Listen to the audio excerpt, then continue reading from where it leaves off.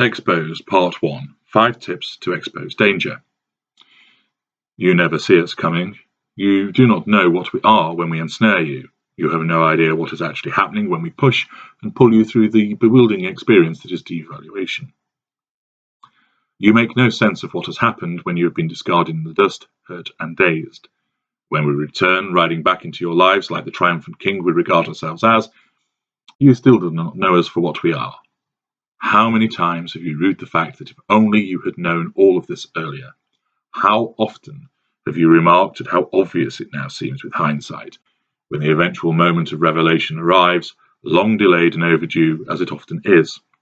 How frequently have you bemoaned to friends and family that if only you had seen the signs, you might have done something to avoid what had entangled with you?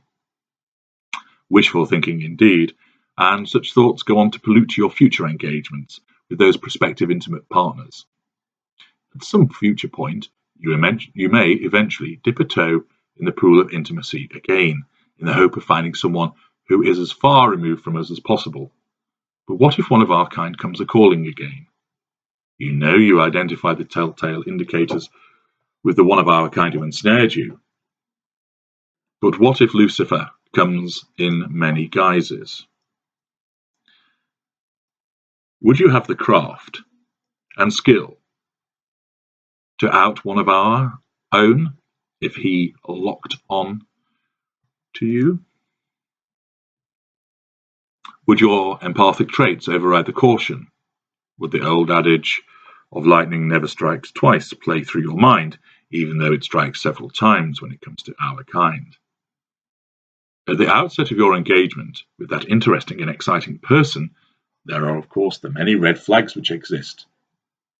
You ought to acquaint yourself with them, since not all of our kind will always exhibit certain indicators.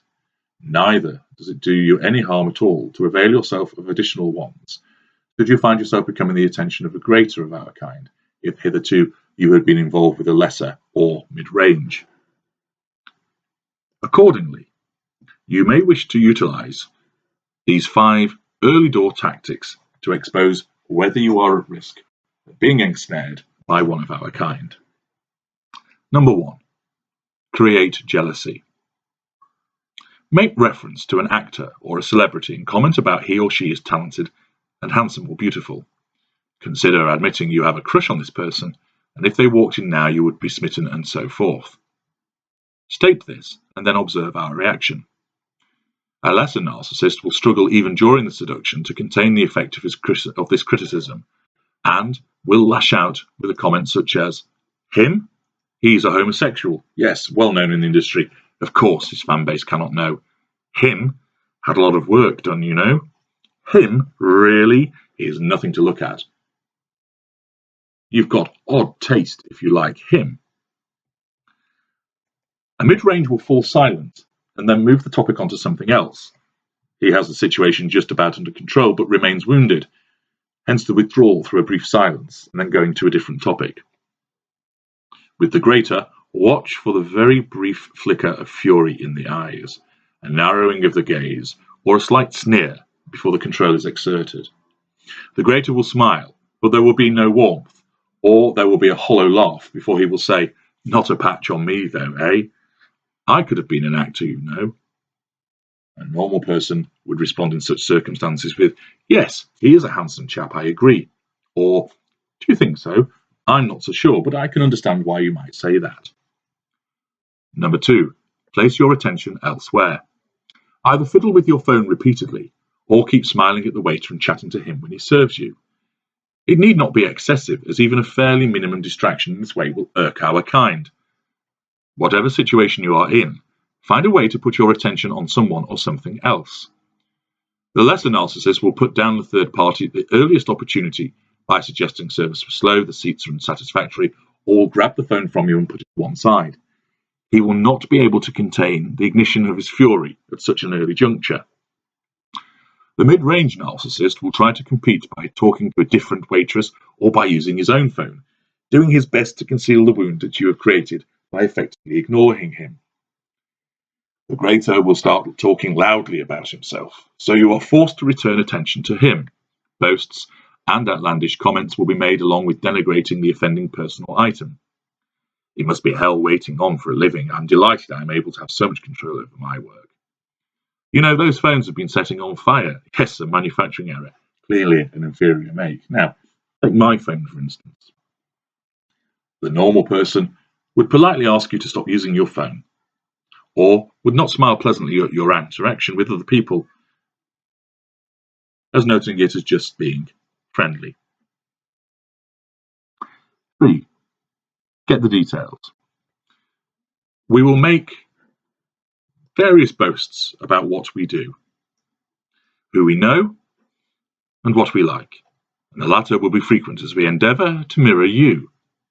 In such a situation, where we have ascertained what you like through our prior targeting of you, do not, as so many people do, accept it at face value as being true and accurate, but instead politely press for some more details. If we explain that we engage in fencing because you do, mention some of the relevant equipment and terminology to draw us into providing more detail. The lesser will fudge it, lacking the preparatory depth to know anything much beyond what you like. He will backtrack, saying it was some time since he has done it or such like.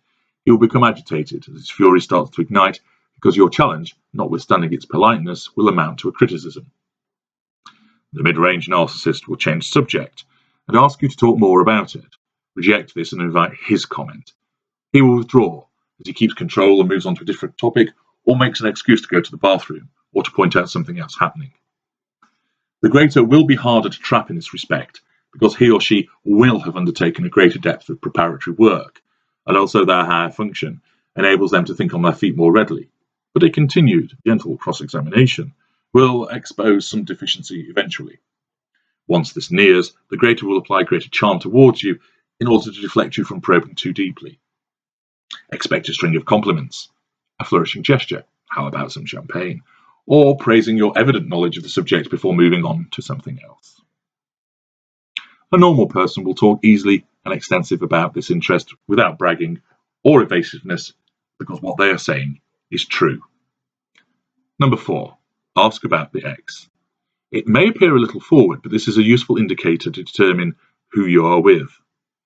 The lesser narcissist will be unpleasant about her because the memory of this treacherous person annoys him, and therefore you will be subjected to a volley of explanations about how terrible she is. The mid-range narcissist will be dismissive about the request.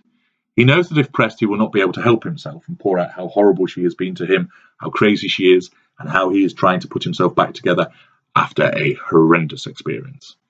He knows enough that this is not the ideal topic of conversation at this juncture, but so long as he can maintain control, he need not spill the beans. He will comment that there is not much to say and change the focus. Bring him back to the focus and observe what happens. The greater will be complimentary, since he or she knows that to portray the ex in such a light at this early stage of the seduction is a sensible move. This will of course change in due course once there is triangulation and you are embedded, but prior to this he wants you to recognise that he is a good person, and that it didn't work out, and he will provide some woolly and amorphous reason why that is. The greater will not be able to help himself comment that she couldn't cope with his brilliance in some way, and then use it to compliment you. For instance, the greater will respond, "We got on, but she ultimately wasn't as clever as me. Not like you. You and I are exactly on the same intellectual wavelength. It is marvellous. She wasn't a bad person, but she struggled with how hard I work.